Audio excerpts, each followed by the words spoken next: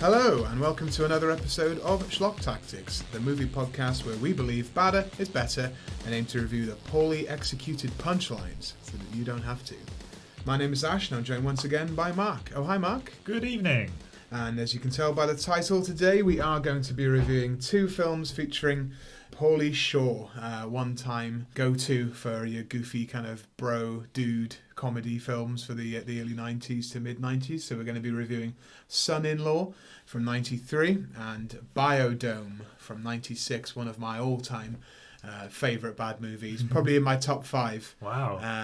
Yeah, you'd be surprised how many of my favourite bad movies feature Kylie Minogue. It's the thread that runs through them all. If you check out any movie with Kylie Minogue, it's gold. Yeah, mid-90s. Yeah, mid-90s, exactly. So we're going to be reviewing those films. Last episode we did, if you want to go check that out in the archives or on YouTube even, we reviewed two films adapted from H.G. Wells' books, that being The Island of Dr. Moreau, infamous bad film, and The Time Machine as well. So you can still go back and check that out. But today we are back in fairly familiar territory with sort of 90s comedies, slacker, immature comedies. Certainly Biodome I first saw when I was 13, thought it was the most hilarious thing ever.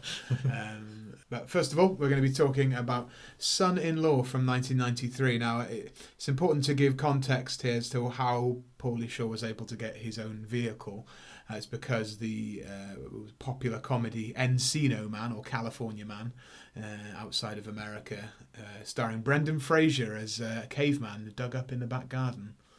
By Sean Astin and Pauly Shore. And Pauly Shore played a character that he was doing on sort of stand-up route called the Weasel, or the Wheeze, which was a sort of a stoner, surfer, kind of California lingo, almost unintelligible kind of slang, and that was his kind of gimmick. So he did that in California Man, and that was deemed to be so popular that they said, do that character again, but in your own film. So that's how we got Son-in-Law, basically. Right. Have you seen California Man? No. No? I've heard of it. I was actually compelled to watch it immediately after watching this, just because I remember that character. So the film starts off with a graduation scene. We're introduced to the female lead of the film, Rebecca, who is played by Carla Gugino, or Gugino maybe, if I'm pronouncing that correctly. People might be more familiar with her nowadays from the Haunting of Hill House on Netflix. Gerald's Game, any kind of recent Stephen King adaptation by Mike Flanagan, she's in that, and she's this is her much younger, and she's graduating along with all her classmates, part of the Lincoln Tigers, local sort of South Dakota. This is the middle of nowhere, Midwest in America, out in the country girl. To the shock of and disgust of her parents, she decides she wants to go to college in California. Of course, all throughout this film, California is referred to as like where people go to become devil worshippers. Sleazy. Get tattoos and become prostitutes. All sorts of cliches here about California. She has a boyfriend called Travis, I think, who's a sort of a jock guy, and she has to say goodbye to him because she's going off to California. So they have a bit of heavy petting in the barn, as you do in the countryside. And he's obviously wants to get down to business. And she's like, no, I'm not ready for that. He's like, but you're going away for 3 months. She's like, well, can you wait? He's like, no. Well, I suppose, yeah, a bit begrudging abstinence. She gets in the car with her parents and her younger brother, this little ginger kid who's quite funny all throughout the film. For some reason he's wearing a t-shirt that says "Seduce me, please." I don't think that's explained. I didn't see any explanation for that. Bit weird. I think it's just to indicate that he's in California, like a slightly more mature sense of humour than his age, or not mature, but like more advanced than his age. Yeah, he's meant to be, I think, like a horny teenager, even though he looks about 12. Yeah, he looks about 9, So they get to the dorms in this Californian college, and straight away there's like music blasting. There's like a bloke walks through in a towel and someone whips it off him, and her mum like looks straight at his dick and is like, whoa, it's lively in here. Get to her room, and straight away her younger brother starts going through her underwear and her roommate's underwear. It's like, oh, look at these panties. You ever wear something like these? Quite often making sexual references to his own sister, which is a bit weird. A strange vein of humour. I guess they're going for the from the country, maybe slightly incestuous thing, but it's not so obvious as to make it like funny. It's just weird. And then her roommate Carol is introduced, who is a lesbian. Kind of out of nowhere. I wasn't expecting to have the lesbian characters addressed here. Obviously, they treat it completely tone deaf.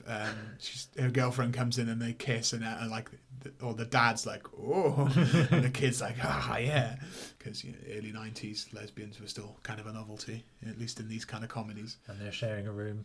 And, So it's going to happen. Yeah, the kid is kind of fantasizing about his sister getting off with a lesbian. Yeah. Strange. We are introduced here to Pauly Shore himself. His character is called Crawl here, which, as I say, is basically his character, Weasel. In A California Man, he's called Stony. In this, he was nearly called Snake, but he ended up being called Crawl. You can see the kind of pattern here, the theme of like dude names.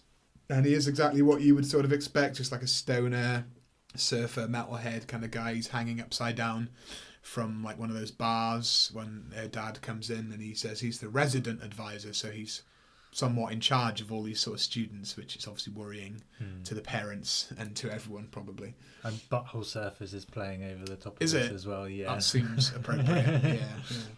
We have the time. 93 grunge is massive, isn't it? Yeah. So Crawl is introduced to Rebecca as well.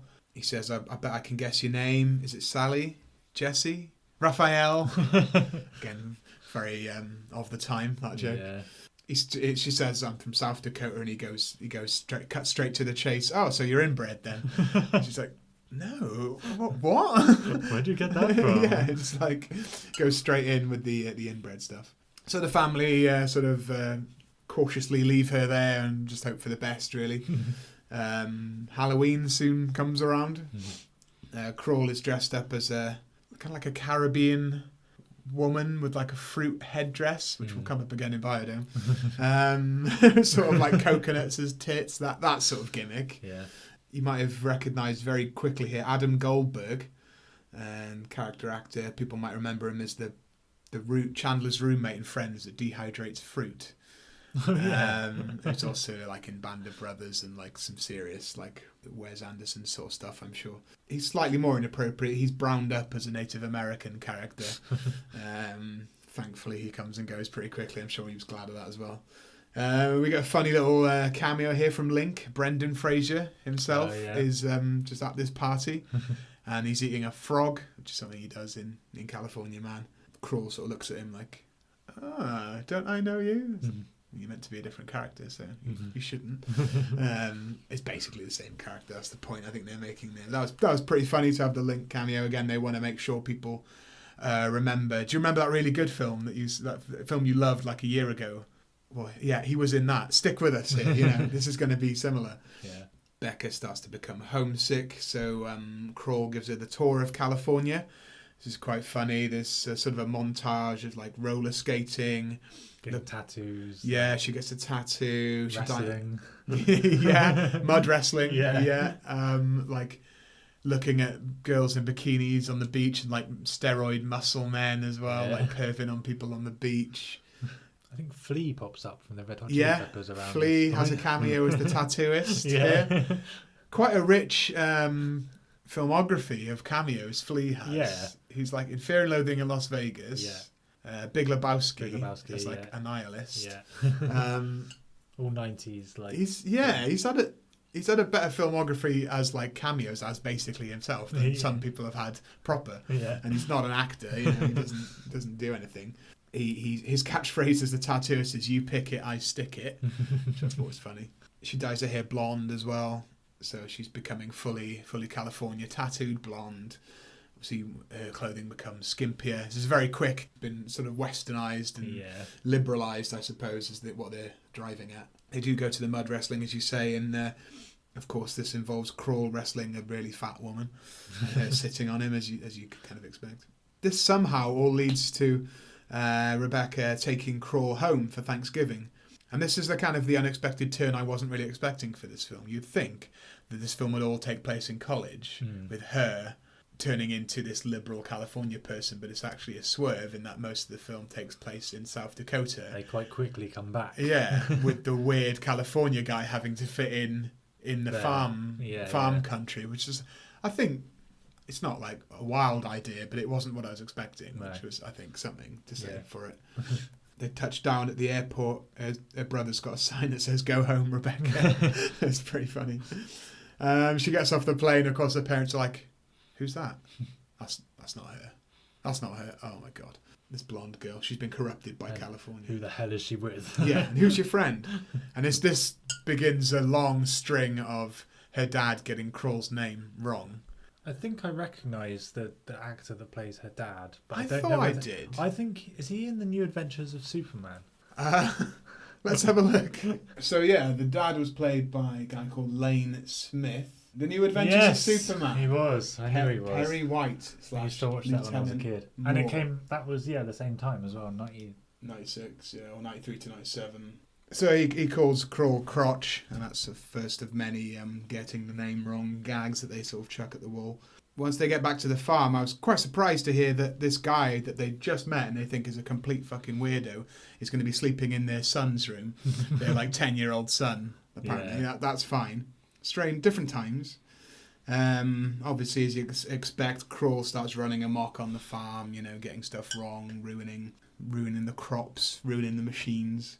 Obviously, Rebecca is reunited with Travis, her boyfriend, although obviously in the months that have gone by, she's sort of grown apart and developed a new kind of personality, and she's not a small-town country girl anymore, so she's sort of gone off him. He almost proposes to her in the barn, but she sort of cuts it short. And then it's like, oh shit, this guy wants to marry me, and what am I going to do? Good question.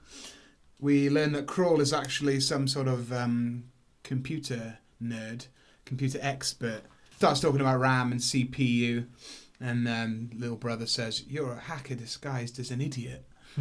Yeah, I am. They give Crawl the sort of opposite to her Californian makeover and give him a South Dakota makeover, which involves kind of cowboy boots, little tiny denim shorts, redonkulous cowboy hat, that sort of thing. And he's trying to just fit in on the farm, kind of. He walks past some people on a bench outside a shop, and he just sort of touches them on the face as he goes past. Inbreeders, which is quite a good gag. We're introduced here to the lovely Tiffany Amber Thiessen, my schoolboy crush, aka Kelly Kapowski from Saved by the Bell. She's in this, not a lot, but she's in this film as a character called Tracy, who's there to be the sort of other potential love interest for Crawl. This is around the time of Saved by the Bell. I got a lot of flashbacks here. It wasn't pretty. But yeah, I'm always happy to see Tiffany Amber Thiessen pop up. Now, this is where Travis tries to propose again at some sort of dinner. They are forced into the whole concept of the film. Crawl quickly has the quick think and says, "You can't marry her because we're married." I am, yeah, we are. We got married in California. We didn't tell anyone, so there you go, the son-in-law. We got there sort of about half an hour in. It became clear that they're going to pretend to be engaged just so she doesn't have to marry her sort of her backwards country boyfriend. He punches Crawl, who just sort of crumples on the floor and cries in the fetal position for a while, which I feel is about right. So this leads the sort of father to find out what Crawl's intentions are with his daughter. So he sort of thinks on his feet again. He's, I want to become a farmer. And they all find this hilarious. There's the dad and there's a granddad as well. Who's constantly just pulling surprised faces and kids today sort of speeches and stuff like that. He's like, okay, you want to become a farmer? You get up at 5 tomorrow and we'll make you into a farmer. So you get this kind of, it's like a farmer training montage. Yeah. Like shoveling shit, feeding pigs, driving a tractor badly. Just all kinds of slapstick. Yeah, it's a bit like The Simple Life, that reality TV show with Paris Hilton, where the socialites had to go and work on a farm and they all were disgusted by what they had to do. It's a little bit like that, but 10 years before. Yeah. the little boy is there trying to teach him how to milk. It's not like a real tit. and they do this sort of squeezing motion with the hand, which means like titties. It's this weird like in-joke they have. Or Kroll refers to tits as cones throughout the film. You have to really have a translating dictionary to understand a lot of what he says. Nugs is like a hot girl. Cones is tits. Wheezing on the juice. I never figured out what that was. Wheezing on the juice, nugs. Birdie, this was what he was known for, this weird language. He tries to milk a cow and it pisses on his face. They have a sort of a classic dinner table row, sort of what you might see in an English sort of Mike Leigh film or something, but it's like in an American country house. So someone will have a go at someone else and the grandpa will go, she's out of control. And then the son will say something, he's out of control. And it goes like that around the table until they all sort of fall out with each other. The little kid shows him how to milk a cow. It's not like a real tit. And then Kroll says, those are some freaky cones. And all of a sudden we get a successful farmer montage. So I don't know what happens, but all of a sudden he's still doing stupid stuff, but it seems to work. Like he accidentally writes his name with a tractor in a field of corn. Stuff like that. He's able to make an effective pig feeding route or shit like that, So for no apparent reason, he's still an idiot, but he's somehow successfully farming. Yeah. That's the kind of gimmick. I get a Billy Ray Cyrus joke here, which very accurately dates the film to 1993. He walks in on Rebecca's mum in a sort of bath towel, and she, quote, gives him a semi. She's like a peach on a window. So he offers to give Connie a kind of a MILF makeover for the hoedown, which they're going to go to that evening. So she turns up in this sort of hot pink halter top, gets Rebecca's dad going, basically, gets the fire stoked again. This hoedown is pretty funny. A band on stage, and Kroll gets up and starts singing, take your partner by the hand kind of stuff, but he turns it into being about tits and boners. And funniest bit here is the really old guy playing a banjo starts doing windmills with his arm. Oh, yeah. And then the singer of the hoedown band, the original singer, does a stage dive and no one catches him. Of course, you start to get this, as you can well imagine, the fake engagement. They start to develop real feelings for each other. Maybe it wasn't fake after all. Maybe we really do love each other. It's pretty predictable, really. He finally gets to whittle some wood with the grandpa, the pappy, who's constantly sitting on the porch like spitting tobacco and whittling wood. Rambly here. They go on a father-son fishing trip. The grandpa has like a heart attack or something, so Kroll gives him mouth to mouth. He tried to kiss me. Yeah, I know, yeah. Of course, that doesn't go down too well in Midwest America. Yeah. Gay! Travis and his kind of buddies throw Kroll a bachelor party. And you can sort of see where this is going. Tiffany Amber Thiessen returns, hooray, to do a sort of sexy cowgirl dance, sexy kind of double denim dance on the jukebox and stuff like that. So that was good. She ends up fainting and then wakes up in the barn the next morning next to Kroll, which of course Rebecca sees. And she's like, how could you do this? You've cheated on me. And they're like, did we? And they don't even know whether they've got no idea what they're doing now or what's happened.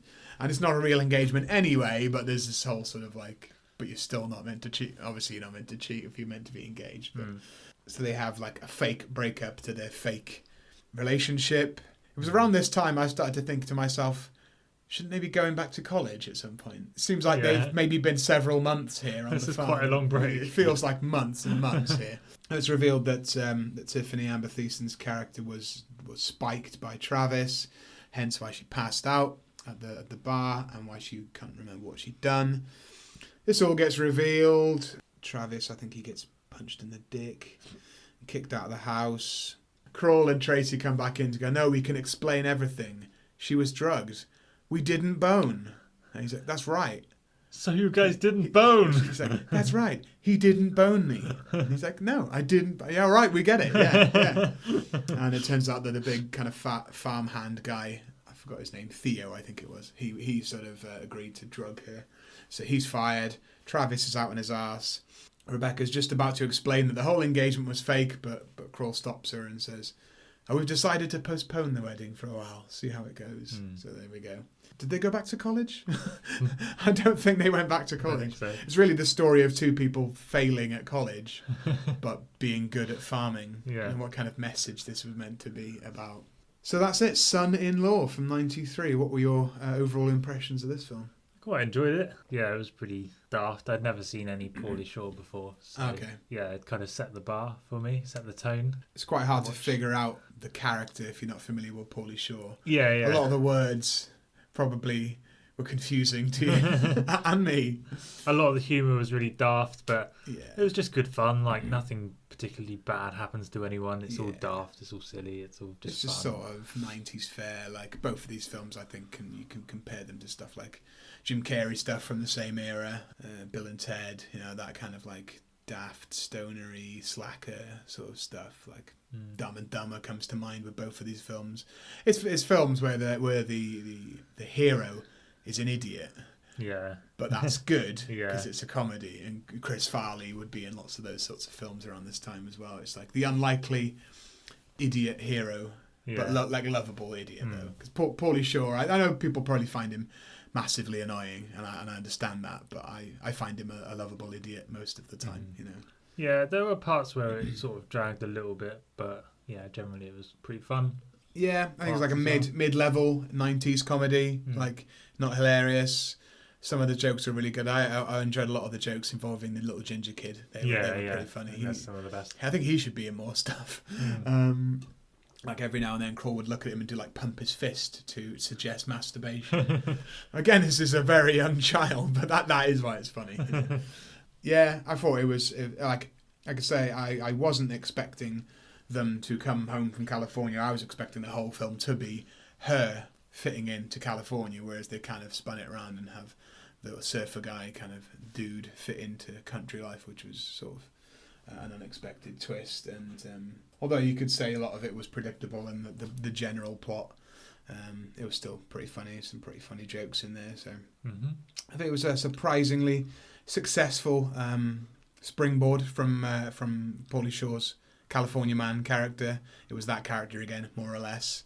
Did you see this film when you were a kid? Or? No, it was my first time. I was familiar with California Man and that character. So, don't think this is as bad as people make out. So, Son-in-Law from 93. So that leads us on to our next Pauly Shore film, which is pretty infamous, I think, in bad movie terms. Biodome from 1996. Now this is one of my favourite films from when I was a kid. Like a lot of bad movies that I love now, I had no idea that it was bad at the time. I wasn't aware. There was no internet, so I wasn't aware of what was bad and what wasn't. I had to decide by myself, which is quite a good way of doing it. I think it'd be better if people did that more often. I saw this roughly when it came out, maybe a little bit after, so maybe about 12, 13. The ideal age for this humour, I would say. Probably rented it on VHS. I loved it so much, I even had my hair done like Doyle, like Stephen Baldwin's character, a couple of years after this. Basically, as soon as I left secondary school, I was like, I'm getting my hair done like Doyle from Biodome. So I had these little, sort of a bit like Zach De La Rocha, very short dreadlocks. So I thought that was a pretty good look. Like a young Dexter Holland from Offspring. Yeah, a little bit. So it's had a massive influence on me, both visually, humour-wise. Definitely, I still reference this film every now and then. You keep on cruising and shave Poochie Poochie and stuff like that. And people look at me confused because not many people have seen this. It's got a 1 score on Metacritic, which I believe is pretty rare, pretty exceptional. 1%. So against my better judgment, I am including this on a bad film podcast, even though I think it's brilliant. Not everyone agrees, so it's because it's got a 1 meta score. I thought, well, what a good time to review this and shoehorn this in here. So yeah, this is Pauly Shore once again. A couple of years down the line, he'd been in a couple of other sort of lead roles in goofy comedies, basically one a year from California Man onwards. But this is him sharing the spotlight with Stephen Baldwin, one of the many Baldwin brothers, one of the lesser known Baldwin brothers, especially after this film. I believe Alec Baldwin told him, whatever you do, do not do this film, it will completely ruin your career. And yeah, we didn't. What happened after this? We didn't hear much from Stephen Baldwin after this. The only other film he was in The Usual Suspects before this. Was he? Yeah, he was one of the ensemble cast in that film. Ah. And then I saw him in a film where he was handcuffed to Lawrence Fishburne for some reason. It may have been around this time. And then the most recent film I saw him in was a Sci-Fi Channel original called Shark in Venice, which is exactly what it sounds like. So, yeah, it didn't do him any favours, this film, but, Pauly Shore, the only way he could go was up from here anyway. So, we also have the great Kylie Minogue in this film. Yeah, I didn't know she was in it until... She's been in many bad movies. Not many, maybe, but every film she was in was bad. Street Fighter the movie, of course, we bring up every episode, I feel. I think she's coming off of Street Fighter the movie, actually. What a streak. Yeah, it was probably a year after. She peaked with Street Fighter and Biodome. Yeah. Imagine that. Kylie Minogue in one of her only sort of feature film. Her character is Dr. Petra von Kant, which said with an American accent is ambiguous. William Atherton, I think you'd have to say, is the only legitimate actor in this film. He's known for being the arsehole in Die Hard and in Ghostbusters as well. He's taken a bit of a step down here. And also stars Joey Adams, who would star in Chasing Amy a year after this. Oh, yeah. But she's not quite there yet, so Here we are. So Biodome basically revolves around Pauly Shore as Bud McIntosh, or Squirrely, and Stephen Baldwin as Doyle Johnson, a.k.a. Stubbs. Gets quite confusing with all the names. To be fair to Pauly Shore, this is not the same character again. I feel he evolved the character a little bit. He's playing something slightly different than his birdie thing. He's playing a little bit more straight, which I think is to his credit. Great soundtrack to this film. I still love it. It's got like a lot of skate punk, Crash Test Tummies, Da Da Da, a lot. Yeah. Faith No More, all sorts of good stuff in here. So I would listen to this soundtrack still today. Along with Tony Hawk's, this would have introduced me to punk and stuff like that at the time. So we get this kind of skate punk over these credits that are just wild, like dolls that have got their eyes plucked out flying at the screen, like sunflowers rolling around, like ransom notes, road maps, fucking mental kind of MTV type thing. Yeah. And then we open with an environmental montage, which is talking about, global warming and oil spills. Stuff that was hilarious in 1996. Yeah. Nobody took seriously. Yeah, I was just the whole premise for the film. Yeah, I was surprised at how there was just no kind of environmental awareness back then. And I think perhaps they're a little late in the day in 96, but yeah, the whole basis of this film is laughing at environmentalism, which is not dated well, has it? We see Dr. Noah Faulkner, William Atherton's character, and the rest of the scientists. So the whole plot is laid out basically in the first 20 seconds. There's going to be a biodome, which is this sort of big glass enclosed building where 5 scientists are going to live for a year and see if they can maintain the environment, and big experiment in environmentalism and the way the world is going, and if we were just contained within a thing, could we maintain it, or would we wreck it, basically. So we're introduced to Bud and Doyle here straight away, kind of sitting on their couch as you'd expect, being idiots. Bud smacks Doyle in the head with like a world atlas for no apparent reason at the time. They start shouting, "Free the mahi mahi, free the mahi mahi," because there's like a fish on the wall. Oh, yeah. I remember that line quite well. Their girlfriends turn up, so that's Jen and Monique. Monique is played by Joey Adams, who mentioned there from Chasing Amy. They turn up to pick up Bud and Doyle to take part in World Earth Day, but Bud says they can't go because Doyle has had some sort of injury.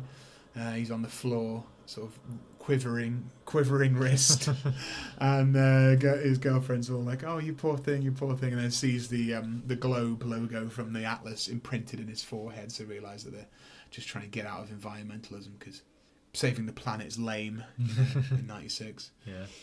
The girlfriends decide they're going to teach them a lesson, so they kind of they call from a payphone and say they're hanging out with swimmers at this lake. So Bud and Doyle drive there, listening to some Voodoo Glow Skulls in the car, which takes me back. Yeah. Some classic scarcore. They get to the lake and there's nobody there. It's all dried out, so they've been kind of had. Then on the way back, they drive past the biodome, and because Doyle needs a piss, they stop by. They obviously won't let them in, so they need to cause some sort of distraction. So as the opening ceremony for the biodome is happening and all the scientists are being introduced, Kylie Minogue among them, their firecrackers go off and the security guard goes so that Bud and Doyle can kind of sneak in, and that's how they enter the biodome and get trapped in the biodome. Scientists say you've got Dr. Petra von Kant, which is Kylie Minogue. You've got a Mimi. They all play different, obviously, roles. One of them's like a biologist, entomologist, I guess. There's a guy called T.C. Romulus, who is like the bug guy.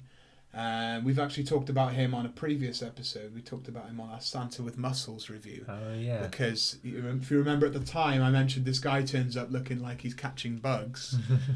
Same year, same outfit, same actor. So this Kevin West guy that plays Romulus somehow managed to, I think, literally wander onto the set of Santa with Muscles for 5 minutes, and they put him in the film at the same time he was shooting this.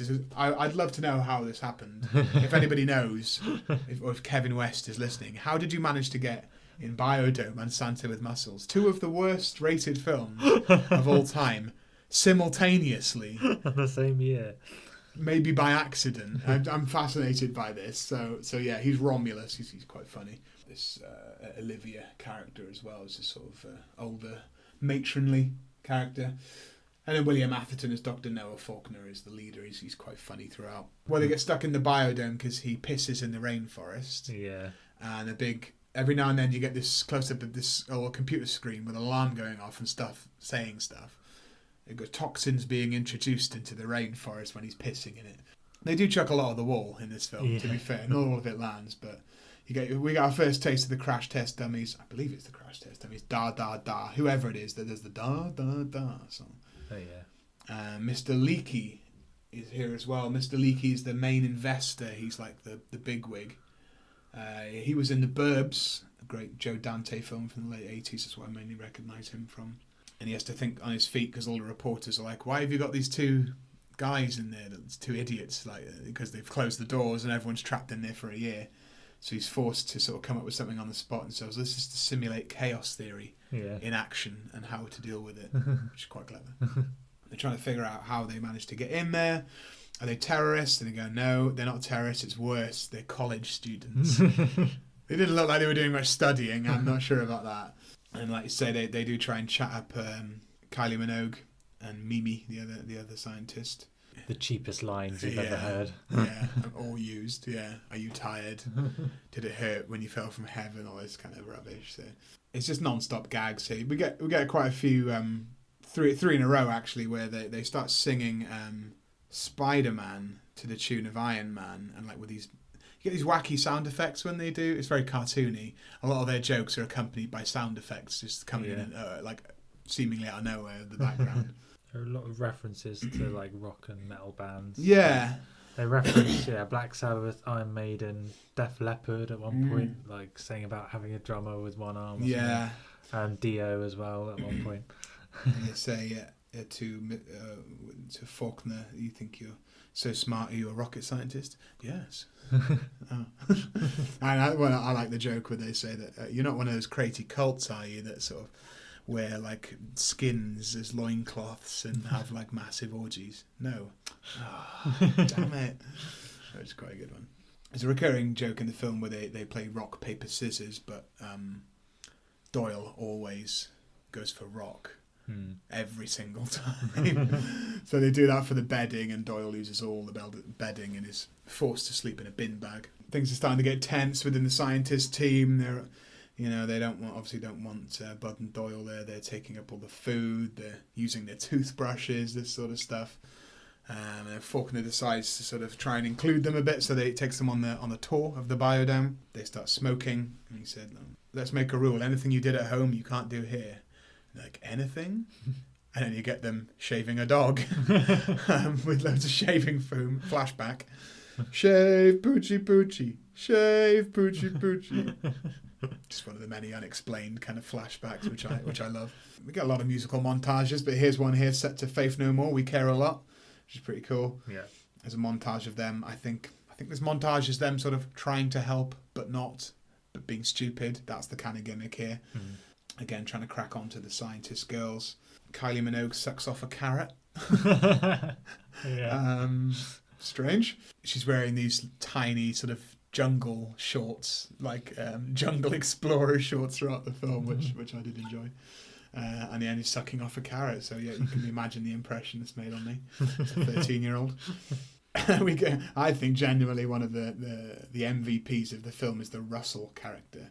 Deadpan, kind of miserable guy that I think is meant to be going out with Monique's mother. It's vaguely referenced, but he's constantly sitting around in her house.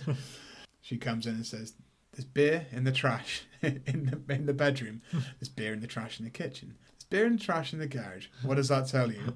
We're out of beer." But like deadpan, it's brilliant. That actor looks familiar as well. But yeah, I don't know what he's... but he's really good in this.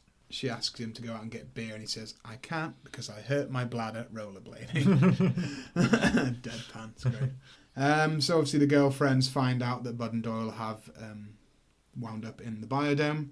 They come and obviously say how proud they are of them, and of course this is an opportunity for Bud and Doyle to pretend that it was their plan all along. We do care about the environment. You were wrong. You know, we've signed up voluntarily for this this environmental thing, which obviously they would do. One of my favourite flashbacks here is the farting flashback. The costume decisions are very interesting. Bud is dressed exactly like Crawl or Stoney in his sort of traditional bell bottoms. He's got his curly hair again. He's got a big curly wig and a bandana. He's playing that Weasel character again. And Doyle is dressed like some sort of goth punk. He's got massive like Liberty spikes, black lipstick, and like a chain around his neck. It's very odd. This is meant to be them in their teenage years, I suppose. And they're having a sleepover where one of them will fart and the other one has to sniff it and guess what they've eaten. Keep on cruising. Peanut butter, ranch, meatballs. You know, it's a lot. I remember that being very funny, and it's a good way to somehow shoehorn in the Pauly Shore Weasel character, which they did. Mr. Leakey visits them, and because they're starting to become really popular, Bud and Doyle are starting to become celebrities. Talking about merchandising opportunities, they say that they should make condoms. Something about them being super lubricated, I'm not sure. Action figures that are anatomically correct, so like with massive wangs. And a sex line, a premium rate sex line.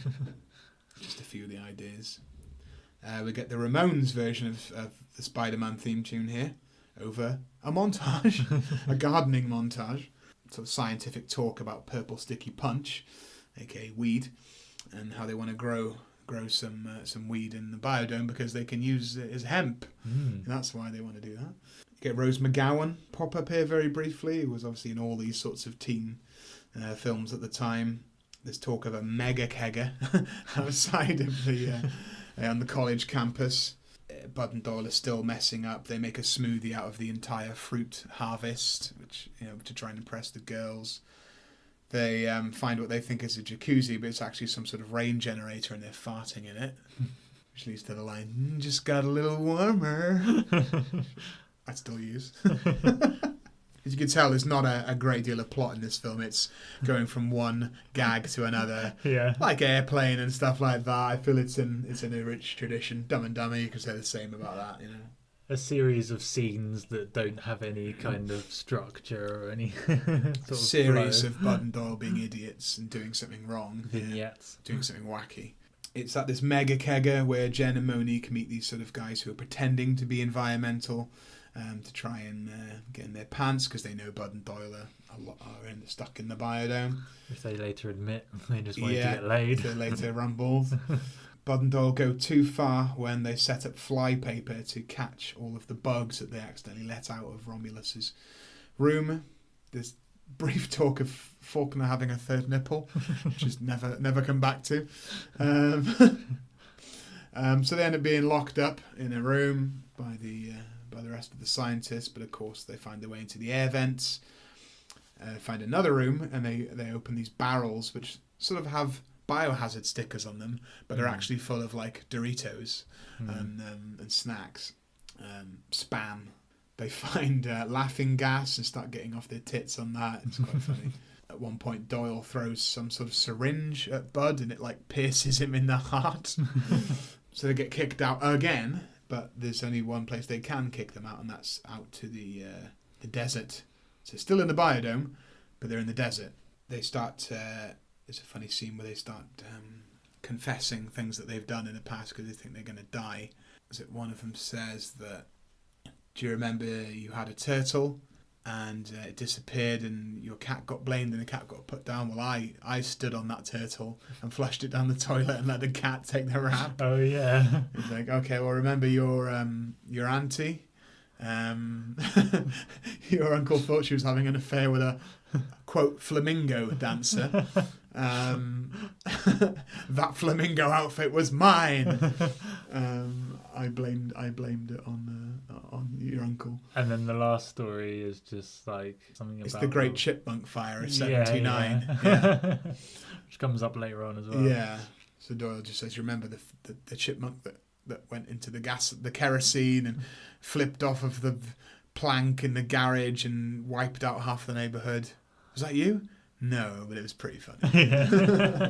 Big build up. So they wander around the desert. This must be a pretty small desert, considering it's indoors. And they eventually just find a window with a key in it and open it, and there you go. Far-fetched, which they do acknowledge. Russell turns up again with a pizza delivery outside the biodome. They just call it on a payphone. There's a funny joke where they say, "Russell, how did you get a job?" And he goes, "Fucking President Clinton." And they're like, "Are you?" Which has got to be a Monica Lewinsky joke, I'm sure. 96 has got to be. Yeah. Funnily enough, you probably didn't notice, but Bill Clinton's brother is in this film. Really? As I should have pointed it out, is a guy at the campus that gets the girlfriends to sign his Bud and Doyle t-shirt, and that is Bill Clinton's maybe half brother. I can't picture that now. Does he look like him? Not really. He doesn't do anything. And they don't even make a Clinton joke while he's there, so I don't know what the point of it is. I don't think he's even recognisable celebrity. But there you go. There is a Clinton in this film, but they get a Monica Lewinsky joke in there. And the idea is they're going to throw their own biodome party, or their own environmental party, to rival the ones that are being thrown outside of the biodome. And here we get Tenacious D. Yeah. In their first ever appearance in anything. I was going to say I didn't even know they were together. At this point. No, I think this was their first sort of appearance as Tenacious D. I looked it up after we watched the film because I just assumed that they came out when their first album came out, like in the early noughties. Yeah. But actually, Wikipedia says they formed in 94, so a couple of years before this. So, this is their sort of coming out party. Yeah. Biodome, if you remember it for nothing else, was Tenacious D's first appearance in anything. Singing a song about saving the planet, which is quite funny. I always remember being never listening to what the actual dialogue is in this scene, because you can hear Jack Black in the background just going, "We just want to save the trees. We just need to save the trees. Save the friggin' trees." Yeah. And that's it. Was Jack Black an actor at this point or not? Yeah. He actually just watched an episode of The X-Files the other night from 95 that he was in. Yeah. And he was in Neverending Story 3 in like 93, 94. Okay. So, yeah. He's been around by this point. Yeah. Still a bit of a bit part. I think he would be in I Still Know What You Did Last Summer, the year after this. He was popping up in various things, yeah. He wouldn't have his breakout until School of Rock, I guess. But here they are. Tenacious D is the soundtrack to some sort of hippie back rubbing. But then they all discover that there's a party going on at the biodome, so everybody from the campus goes to the biodome. There's just the computer screen is going, "Warning, all hell is breaking loose." And like I say, the environmental fakers are there. The girlfriends discover that they don't care about the environment and they just wanted to get laid. he says you'd have to strangle a dolphin to get into her pants. Good line. And then Bud and Doyle appear, sort of carried on these platforms. They're decked out in all this tropical kind of gear. And again, we get Pauly Shore. He must have this thing about dressing up in fruit. He's got this massive headdress which is made up of like foliage and fruit and stuff like that. And they're regarded as sort of gods. You know, this party's just going mad. There's a punk band playing sort of Ramones covers. The rest of the scientists obviously try and stop people. Faulkner gets like handcuffed to a post. Romulus like starts freaking out. It's just all gone to shit. The morning after, Mr. Leakey and his lawyers come in, and he says it's disgraceful. I haven't seen destruction like this since the Chipmunk Fire of '79. It all comes full circle. It does. And all the while here, you have Faulkner who has disappeared. The handcuffs have been like snapped or chewed through by rats, they say. And every now and then you get him peeking out of a bush looking mad. So you get this sort of descent into madness from him, which I think he's quite good at, actually. Again, he is the only legitimate actor in this film. The rest of the scientists are just like, that's it then, we're leaving. Homeostasis, the percentage of how good they're doing is like 12. And they've still got like half a year, I guess. Never going to be able to do it. But Bud and Doyle are like, no, we can fix this. This is our fault. We're going to help you. They shut the back door, the back window. Doyle threatens to swallow the key. You get this big dramatic countdown. And just before he swallows it, you hear Russ going, hang on. I don't want to be locked in here. Can I get out? Okay, thanks. Bye. Swallows it. Swallows the key. There's really, I don't know what this is for, but you see later on that Russ and Monique are watching the news, and there's a news footage of a clown being shot by a sniper. Oh yeah, and they rewind it. Meant to be like the JFK footage, I think. It's like you can see the bullet enter and re-enter. Zoinks the clown, or whatever it's called. They sort of go back a few times to rewatch it. Doesn't have any purpose. It's just funny. We got a montage here set to like a punk cover of Kids in America, which is quite enjoyable. Much like in Son-in-Law, they're still doing the stupid things, but all of a sudden it's working. So the beer can effect of creating moisture, trying to make a filter out of cigarette butts. You know, Mr. Leakey is trying to get them to leave. So a SWAT team says no one will be able to withstand this, and start playing the safety dance by Men Without Hats. A great novelty synth pop song. So there's a montage set to the safety dance where they're sort of dancing the dance from the video, complete with the dwarf, like in the music video. I don't know if you realised that was in the... I think for anyone who hasn't seen that music video, there's just a random dwarf. Okay. You get these sort of seasonal things, so they're trick-or-treating, so you know, okay, it's October... Happy New Year, okay. So it's the passage of time, even though they're rushing it now. It's getting to the end of the film. Faulkner has sort of a secret underground lair where he's been working on explosives, like explosive coconuts. He's got a parrot that he eats because he's mad. It's all a bit like Heart of Darkness at this point. You know. The girls finally sort of get off with Bud and Doyle. They come into their room, but they have to turn them down because they've got girlfriends, and start humping the door. They discover Faulkner's lair. They discover he's got loads of explosive coconuts. They say, stop that mother Faulkner, which I've always enjoyed. And they manage to foil his plan, stop the destruction of the biodome. They get homeostasis back up to 100%. And then he appears for one last coconut and throws it in like really funny, super slow motion. Yeah. And the entrance blows up, but then Bud and Doyle emerge from the smoke and reunited with the girlfriends, and they drive off happily ever after. You're just left with Faulkner, who somehow manages to escape out the back door in the desert, like really close up to the camera, and the camera just stays still, and you see him just wandering off in the background, laughing like a maniac as the credits roll. Yeah.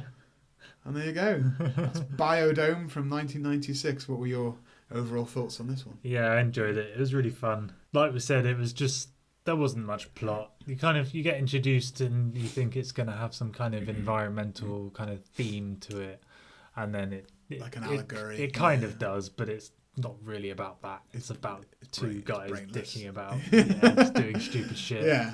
I think I like the whole buddy thing. Like these two characters, like they're quite likable. They bounce off each other. Likeable idiots. Yeah, it's a good double act.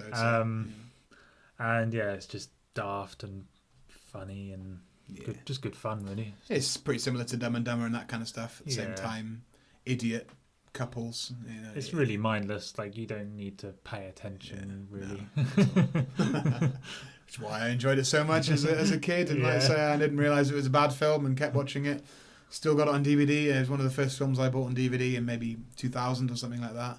Probably had it on VHS before then. Just thought it was brilliant. Thought these guys were really cool. I'm genuinely quite annoyed that it's only got 1 on Metacritic. I want answers. Also won a Razzie. Pauly Shore won, I think, maybe his only Razzie here for worst actor, although it was tied with Tom Arnold in Big Bully, Carpool, and The Stupids. It's a 4-way tie. Come on. I take a particular exception to this. Stephen Baldwin won the worst on-screen hairstyle. Like I say, I had this hairstyle for about 2 years, so I disagree. That's the Stinker Awards. I love Biodome. Yeah, I think it's the peak of Pauly Shore's lovable idiocy. I'm sure not everyone enjoys that gimmick, but I felt this was toned down from Son-in-Law and from California Man, from that original surfer gimmick. He speaks fairly normally in this, still being high-pitched and irritating in points, but this is maybe the peak of his acting abilities, playing this Bud character. And I've loved this film for over 20 years. It is funny, it is brainless. If you like Dumb and Dumber and Jim Carrey and Chris Farley and that sort of stuff, then I would recommend this, Biodome. So Mark, if you had to be locked inside a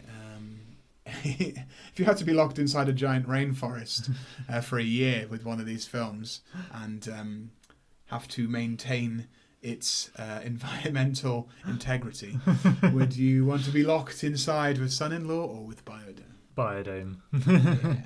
Yeah, I did enjoy Son-in-Law. It was good, but I think what kind of sets Biodome apart is having that kind of duo thing, like bouncing off each other. Like the whole kind of because you had that in California Man as well. That's the point. Like, Pauly Shore was the comedy and Sean Astin's character was the straight man, and in this, I'm not sure who the straight man is, but he works better as a duo, doesn't he? That's for sure. He didn't have anyone to bounce off in Son-in-Law, like you say, and I like Son-in-Law had some good songs in it, but I think this had even more of that in it, and like more references to bands as well. It was more 90s. Yeah. Or it's more what I remember from the 90s. It felt more like alternative kind of. Like just the way Pauly Shore looked in Son-in-Law didn't look like he was in 1993. No. Like, he looked like he was in the 80s. Yeah. Biodome is pretty quintessential 90s slacker comedy, I would say. I would agree. I would love to be locked in a room with Biodome for a year.